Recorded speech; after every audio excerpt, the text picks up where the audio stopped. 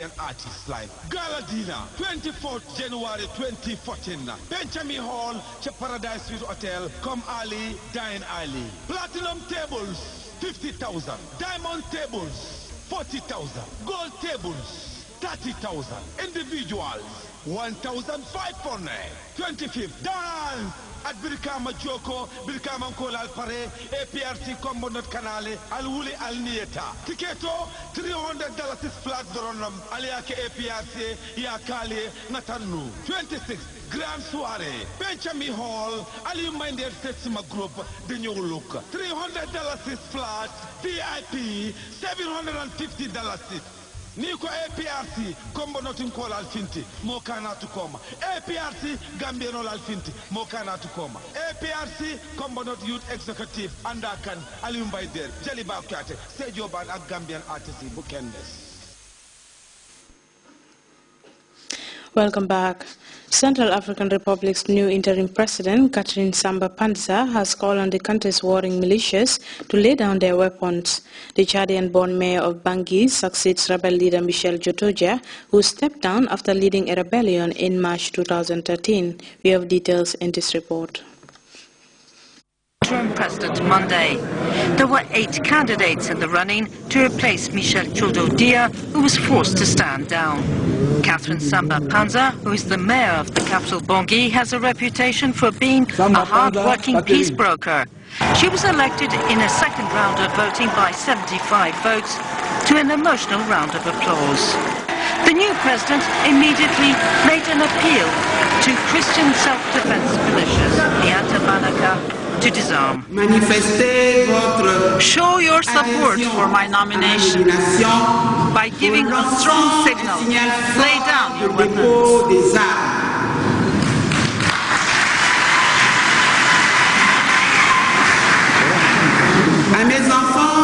I want my children, the former Seleka, to listen to my words as well. Give up your weapons.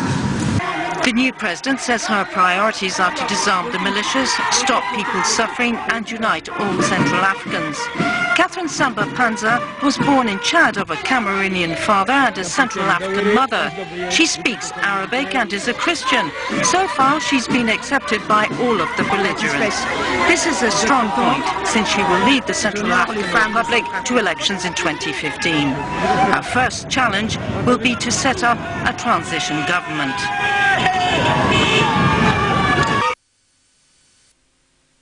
Oil in the Central African Republic has severely affected regional trade. Huge columns of trucks from neighboring Cameroon are camped in the port city of Douala, unable to make it to the crisis-ridden country. Many truck drivers blame general insecurity and racketeering for the lack of movement across borders. We have details in the CFI report.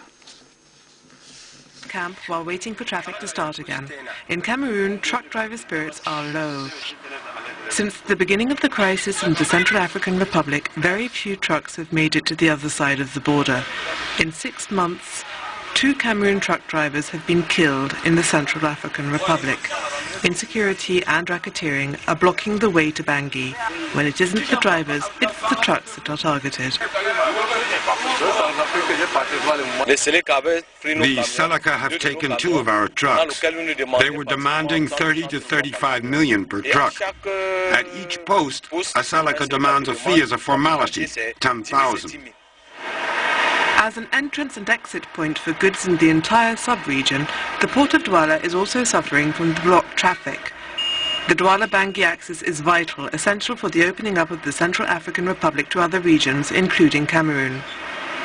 The Central African Republic has big companies that usually export wood from the port of Douala.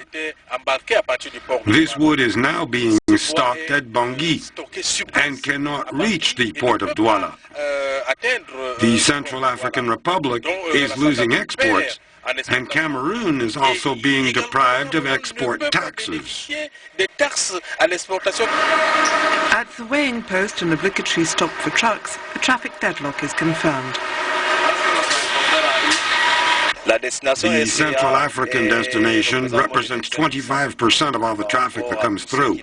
The biggest destination at the moment is Chad. The few trucks that do make the road to Bangui stop and unload just before the border. From then on, insurance no longer covers them. The risk is too great for the transporters.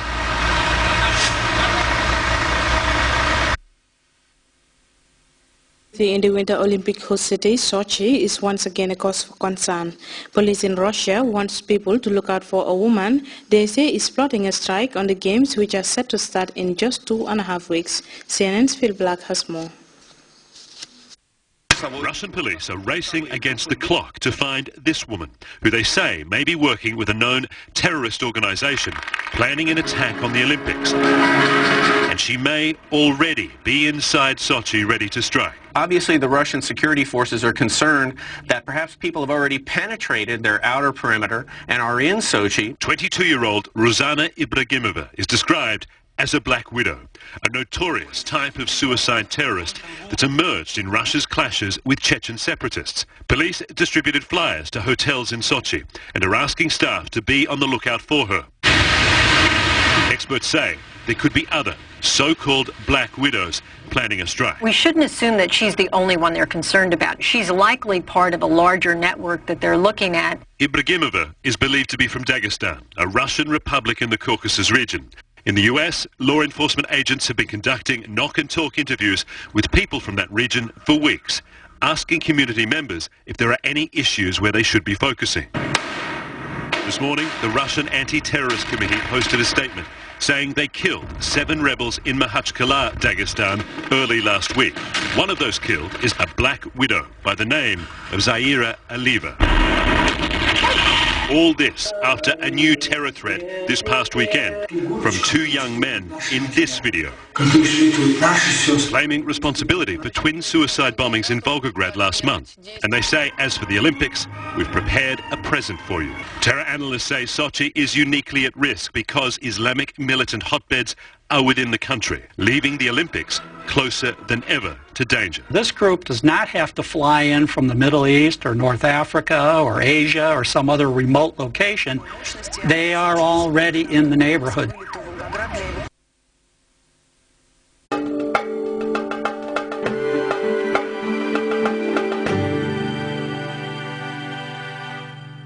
To have a check on the day's weather outlook, courtesy of the team at the Central Forecast Office.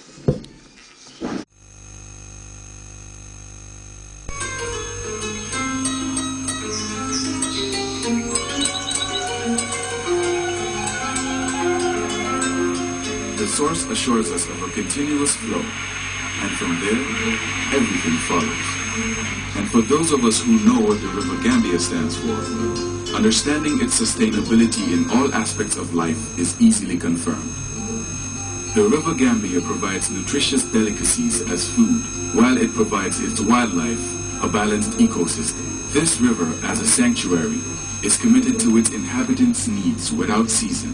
And as you travel along, all these values are replicated in one company, Elton, just like the River Gambia, leads in its commitment to values that matter most. Elton, championing the vision for a new generation.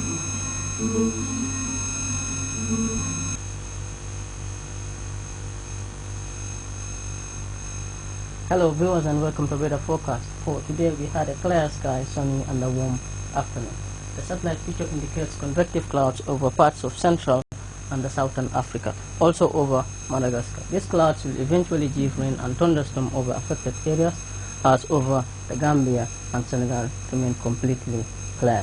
For tonight, it will be mostly clear skies and relatively cool across the country. And this condition is expected to persist until tomorrow in the morning, but becoming cooler around dawn, and the rest of the day will be sunny and warm over the whole country. The wind flow will be northeasterly across the country, and the speed will range from 10 to 20 kilometers per hour. Minimum temperatures will be 16 degrees Celsius over Greater Banjul area, and the rest will record 14 and 15 degrees Celsius. Maximum temperatures will be 31 degrees Celsius over Greater Banjul area, 33 over West Coast region, 35 over North Bank and the Upper River regions, as the rest will record 34 degrees Celsius. Low tides will be 0.4 meter at 7:35 in the morning and 0.5 meter at 7:41 in the evening. High tides